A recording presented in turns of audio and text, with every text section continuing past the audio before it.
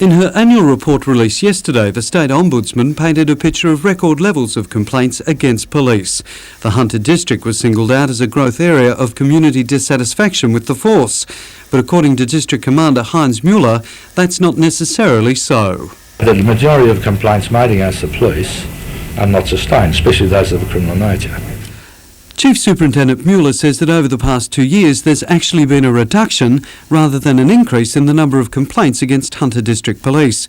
He says many of the 242 recorded by the Ombudsman last year were actually internal police middle management matters that had already been resolved. What he claims the Ombudsman's report shows is that the way complaints against police are handled has to change.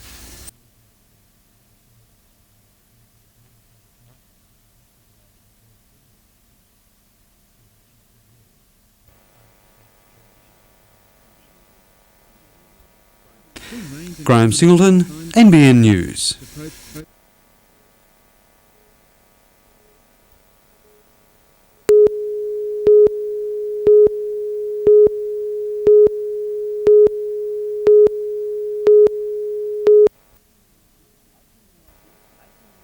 18-year-old Newcastle surfer Campbell Warren headed for an isolated surf break to cool off after the first exam of his HSC. The next thing he remembers is waking up in Newcastle's John Hunter Hospital. Other surfers found Campbell floating unconscious in the surf at Catherine Hill Bay after apparently being hit by his own surfboard. I think they saw the board floating without me, so I think they pulled me up by the leg rope. They started CPR straight away and kept going until ambulance officers and the Westpac rescue helicopter arrived. Because it hasn't really dawned on me how close it was, but I guess it was pretty close. A very good example at Catherine Hill Bay, and hopefully more surfing public are learning about EAR and CPR. It's a must when you go surfing in non-patrol beaches.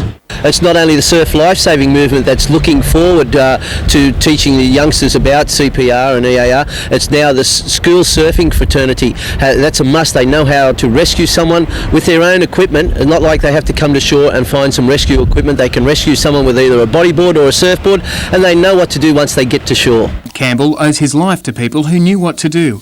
Even a basic knowledge of life-saving skills can make all the difference. Doing nothing is the worst thing. Get in, have a go, do something and try your best.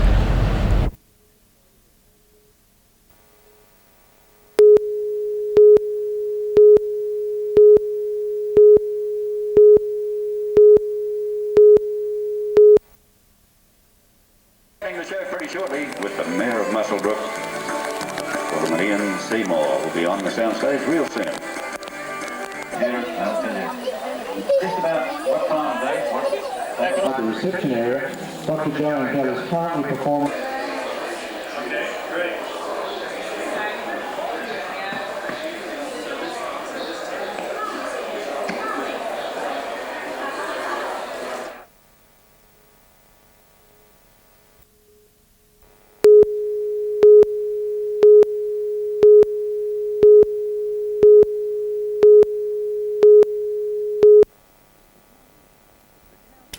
The cows are fat, but beef producers are enduring one of the worst market slumps in decades.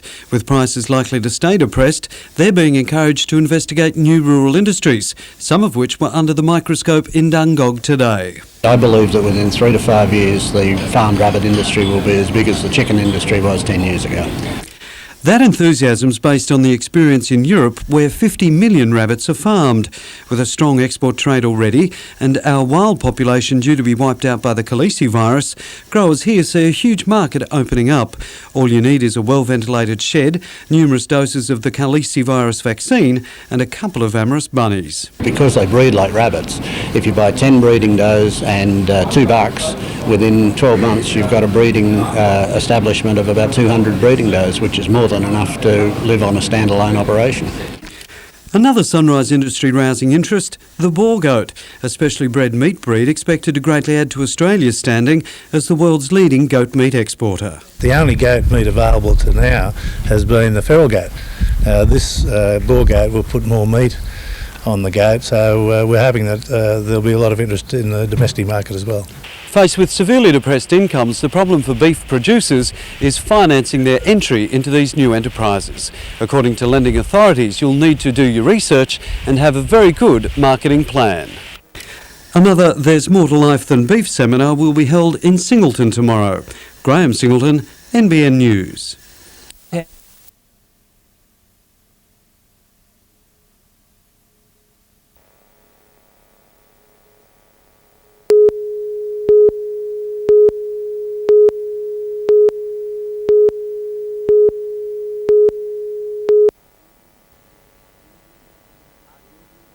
Arguably one of the most important decisions the council has made, the redevelopment of the civic site is expected to be a catalyst for other development within the city. Yes, it's a great decision last night. It's the end of a long period of difficult decision making for council. They've had to make a hard decision last night. They spent $10 million, and 5 of that really is commercial, and 5 of it is about embellishing the city and leaving something for the future. 4 old buildings will be recycled for accommodation and office space, while the Westpac Bank building will be demolished to make way for a plaza. John Holland Constructions won the tender for the $7 million job, with demolition likely to begin before the end of the year. It identifies that site now will be cleaned up and redeveloped. It makes very marketable the vacant site then between this existing site and the Telstra site. So I think that redevelopment will happen sooner rather than later. It clearly says that the city's on the move. Other projects underway include the nearby Telstra building, approval for Irene Hall, the Metro and Menkins apartments in the CBD. Council is also fielding inquiries for a hotel development on Honeysuckle and apartment development in the west end of Hunter Street. So you're talking about $50 or $60 million worth of building work, which is actually going to happen and has started.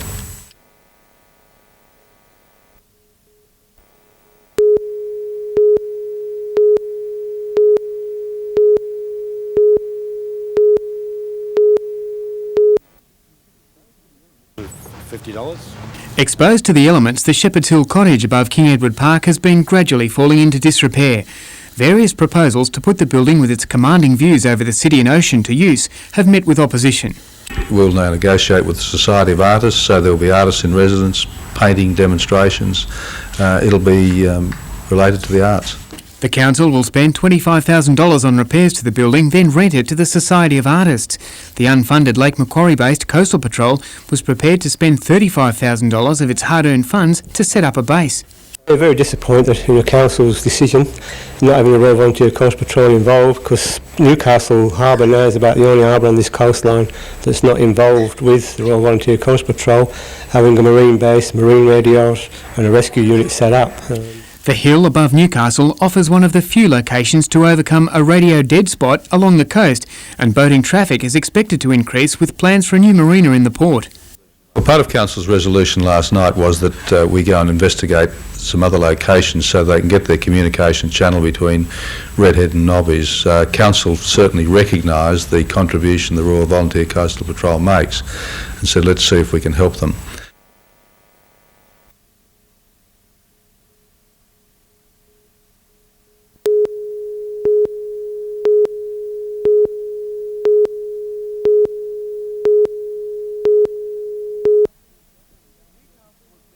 Newcastle was never in danger of defeat today after batting on for 40 minutes to knock up a 400-plus total. The visitors were left to try and hang on. They were doing it well at 2 for 146, but then a major batting collapse. They lost the last 8 wickets for just 46 runs, Newcastle winning by 223.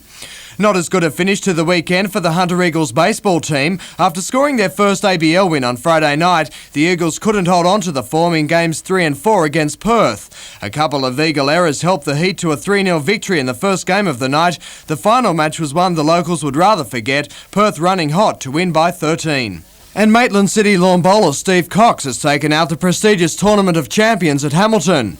More than 140 club singles champions started the knockout competition. In this afternoon's final, Cox beat Halakalani's Shane Garvey 31-22.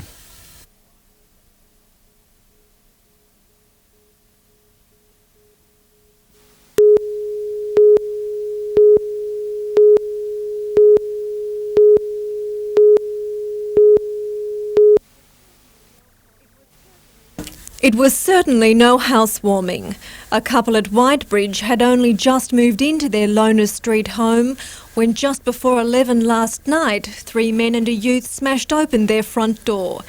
It was apparently a case of mistaken identity, the bandits demanding information about another man whom neither of them knew. Still shaken and suffering minor injuries, the male occupant told how he was repeatedly hit around the head and body and then forced to hand over a small amount of cash. Meanwhile, the man's partner in another room managed to contact police on a mobile telephone. 4 men were captured and appeared in Newcastle court today, charged with break and enter and assault offences. The break-ins are the latest in a spate of such attacks in the Hunter. Last weekend, 2 elderly sisters were gagged and threatened at knife point as 2 youths robbed and ransacked their Kurri home. But police say the recent attacks are neither related nor random. The people that have committed these offences have a reason, they believe, at the time for going in there. Either they believe they knew the occupants or they believe they knew of certain activity that went on inside. And so there is a reason for them happening. I mean, wouldn't say to people for them to sit at home scared that someone's going to burst in their door at any time. This just won't happen. At the same time, they're issuing a warning for people to use common sense and to be careful about who they let into their home. Sarah Griffiths, NBN News.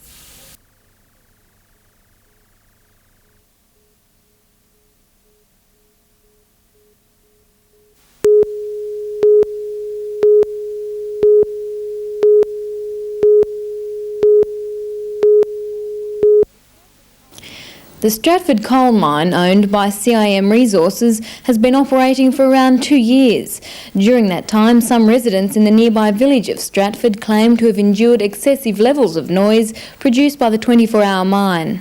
The noise here can be absolutely unbearable early morning and late night, to the extent where it gets the kids up out of bed, and we have to get up and we ring the EPA at 3 and 4 in the morning.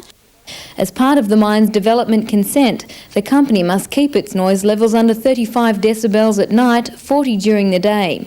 But if the levels are breached, the mine must purchase the surrounding properties at market value. Stratford Coal, which today refused to comment, acknowledged the complaints back in April and notified residents that noise reduction measures would be undertaken. But Mrs Butler claims that the noise has only increased. Numerous complaints were made to the EPA, but residents claim they were ignored by the department for months. Well, after 6 months of hard campaigning and 70 individual calls made by myself to the EPA and a very heated conversation last week, we have now been promised a permanent monitor to be situated in the village of Stratford. When the monitor is installed, random checks will be conducted on the noise. If excessive levels are found, Mrs Butler says the company must honour its original agreement and buy them out. Simone Cobb, NBN News.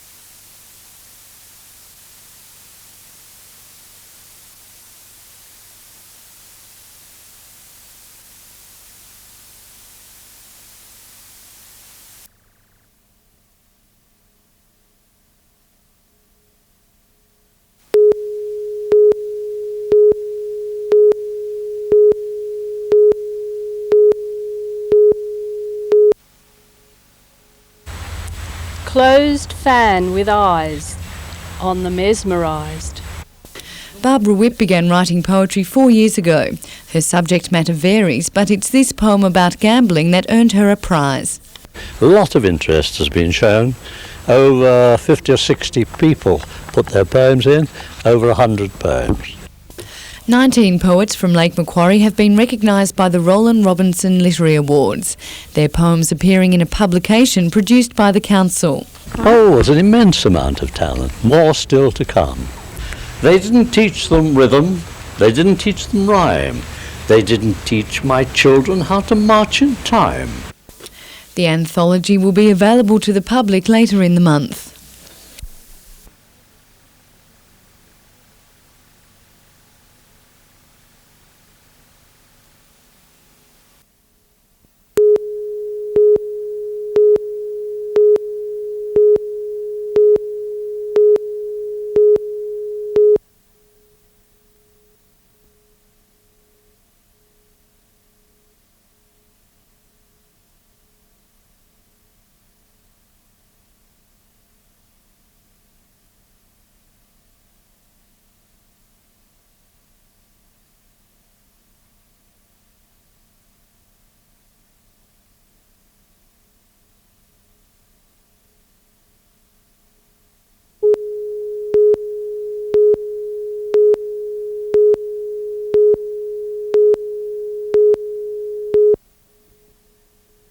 The Eagles entered the series with only one win from 8 games, but that counted for nothing.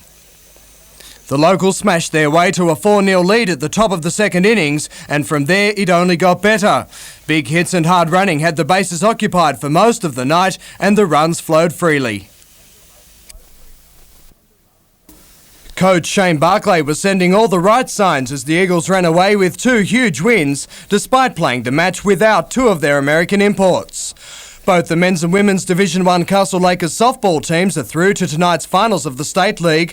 The women edged out the Power Raiders 3-1 this morning, while the men flogged the Bandits. And this afternoon at Lake Macquarie, round 3 of the New South Wales Junior Triathlon Series, more than 200 of the country's young elite athletes tackled a 750-metre swim, 18-kilometre criterium cycle and a 5k run. This series will identify talent for the State Development Squad. Round 4 will be held at Salamander Bay in a fortnight.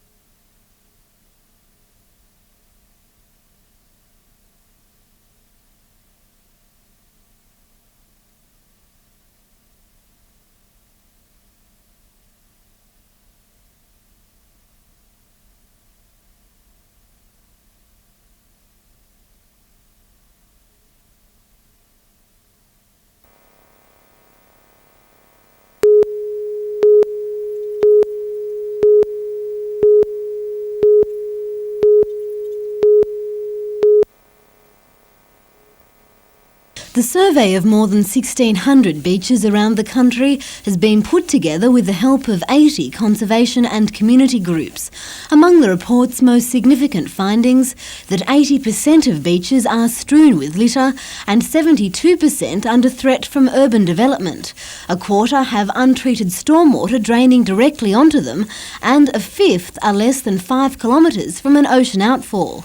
Hunter Surfrider Foundation representative Andrew Edward says Newcastle and Lake Macquarie are no exception. We're right up there on par on course with most of the major capital cities for pollution, I'd say. We've got 4 ocean outfalls, we've got a deep water harbour, we've only got secondary treatment of our sewerage, we've got urban development right up to our major city beaches, and that's bringing a lot of runoff right onto the beach and the ocean. But the Hunter Water Board disagrees. It says the Hunter community can be proud of the quality of its beaches, which easily meet the national bathing guidelines. There's been a lot of work done in the last decade to upgrade our coastal facilities, and we've got high level of treatment and long ocean outfalls, and our beach results I think speak for themselves. Hunter Water does agree, however, that stormwater pollution is one area where the community needs to clean up its act. Certainly things like people dropping litter or dog droppings getting into stormwater drain can be an issue. Emma Ossian, NBN News.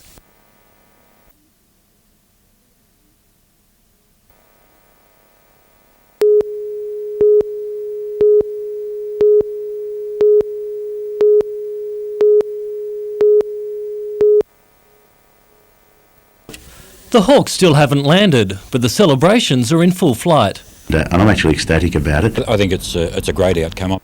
British Aerospace is preferred tenderer for 40 Hawk aircraft, which will be used to train RAAF pilots before they graduate to FA-18 Hornets. The Hunter and South Australia will share the bulk of the $1 billion worth of spoils and the 350 jobs. The decision to choose British Aerospace will result in a tremendous boost for jobs. It's a shot in the arm for defence industry, if you like. Williamtown Air Base, north of Newcastle, will be used to assemble and maintain the aircraft. It's not going to mean a lot more flying. What it's going to mean is a lot more jobs.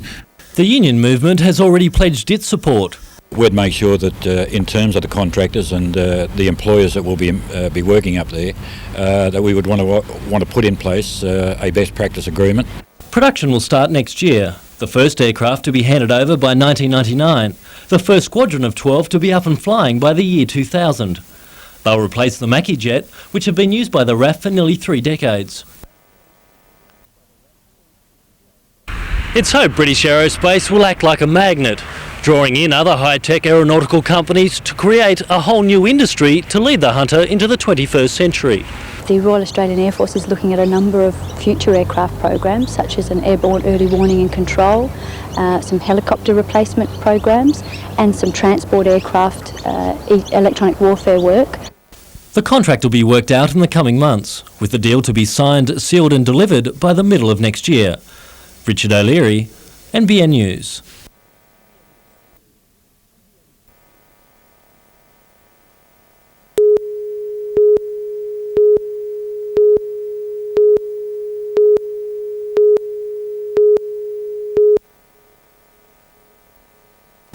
Teams from across the state are involved in the 4-day competition, the tournament featuring some of the best young talent, some of who are being targeted for Sydney 2000. Keeping his eye on this afternoon's heats, the Australian Institute of Sport's Greg McFadden. He's one of a number of officials searching for potential Olympic stars. Metropolitan teams have dominated the opening 2 days of competition. Met North and Met West proved they'll be two of the sides to beat by cruising through their opening games, but country squads are also proving to be no easy beats. This afternoon, a tough battle between Hunter and North West. Knowing the result would have a big impact on the makeup of the top four, the clash went right to the wire. Hunter won 5-3 for their 4th win of the tournament. It was North West's 3rd loss, but a strong performance tomorrow will keep alive their hopes for a berth in Thursday's finals. Jonathan Upton, NBN News.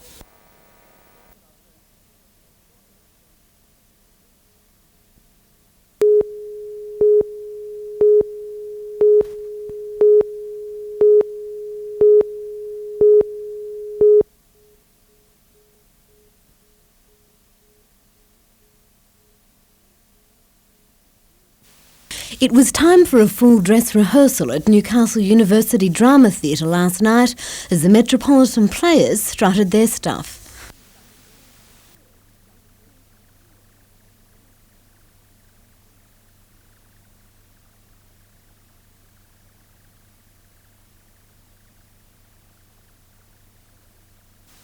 The boisterous musical includes many of the songs from the movie, which starred Dolly Parton and Burt Reynolds.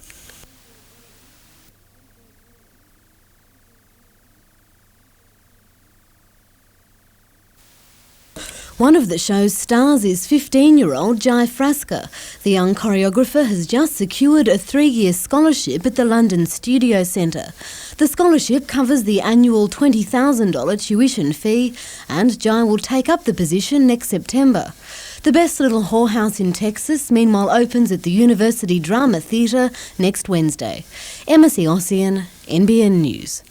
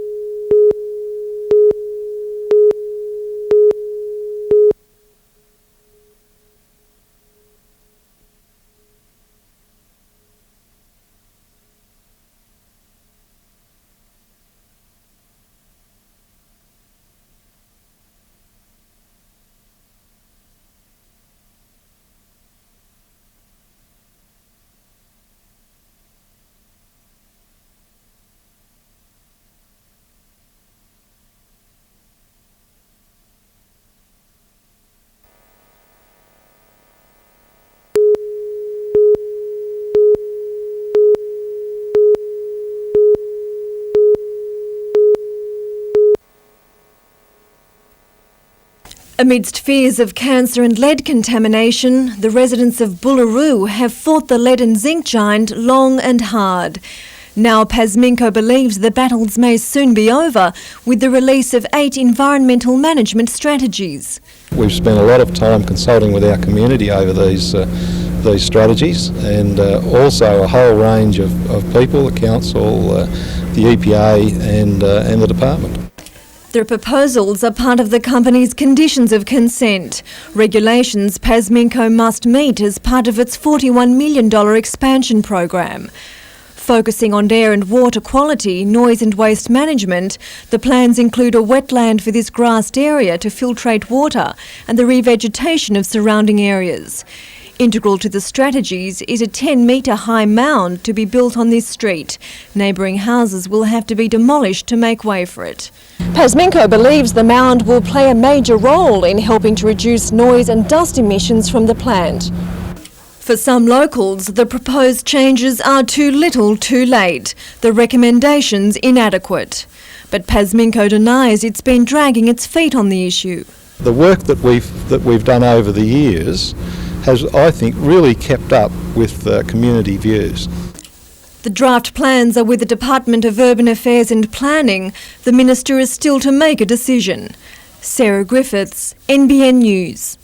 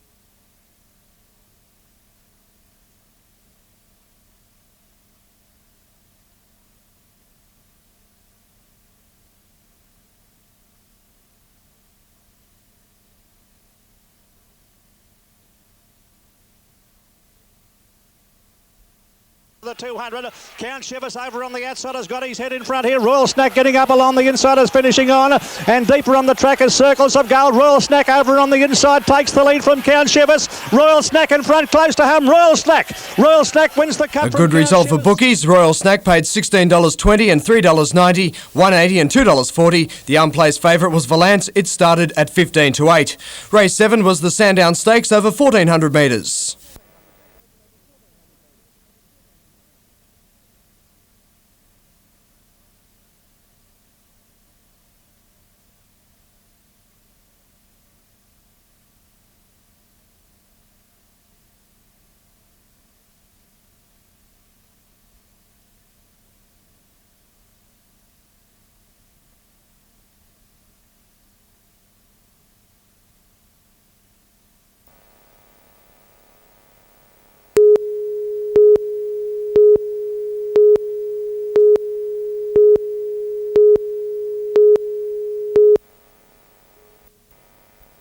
Beekeepers are on the crest of a wave. The Americans are trying to buy honey off us, the UK, Germany.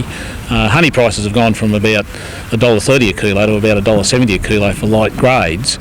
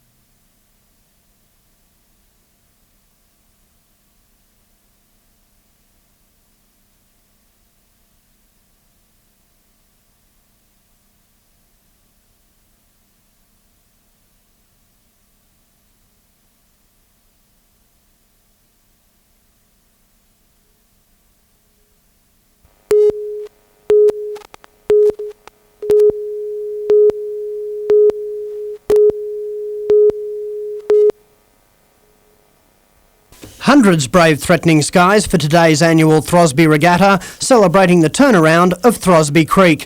The creek today is a far cry from the festering drain the local Landcare group took charge of 7 years ago. Oh, it was filthy. It was a dirty, filthy ditch, basically. When rehabilitation work began in 1989, it was a landmark project. While the rebirth of the creek is all but complete, the job of convincing people to care for it is far from over. There's still a lot to do, and if you go down to the boardwalks that Throsby Landcare has constructed around Carrington, you can see the amount of gross pollutants, the rubbish that washes down Throsby Creek all the time. The regatta will conclude later this evening with a lantern festival, marking a milestone for Throsby Creek. It's the first time water authorities have given permission for any kind of water-based activity on the creek. Landcare hopes authorities will take that one step further in time for next year's bicentennial by opening the creek for swimming, fishing and boating. Even though it's illegal, we do see people fishing and using it regularly, and we don't see people dropping off as they come out of the water. Phil Hind, NBN News.